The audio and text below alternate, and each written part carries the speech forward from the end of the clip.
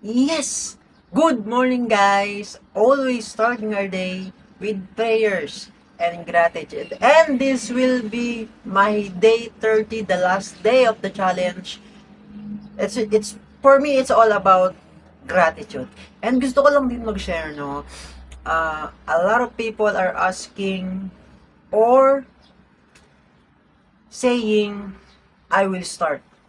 Pero katulad ko dati, laging sinasabi yon pero hindi pa rin nagsisimula. Ang tanong nila sa sarili nila is, paano kaya ako mag-start kung gusto ko nang may mangyayaring bago sa akin?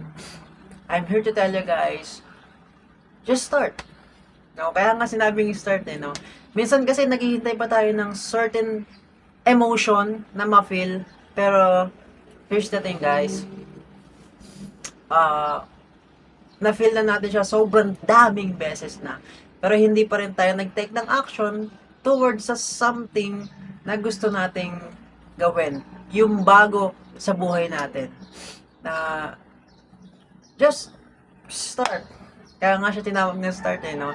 Hindi ka naman nakakapag-start pag naghintay ka lang. So, ayun lang guys. Gusto ko lang mag-share ng bala dito. This will be my day 30 and it's all about gratitude. Let's go.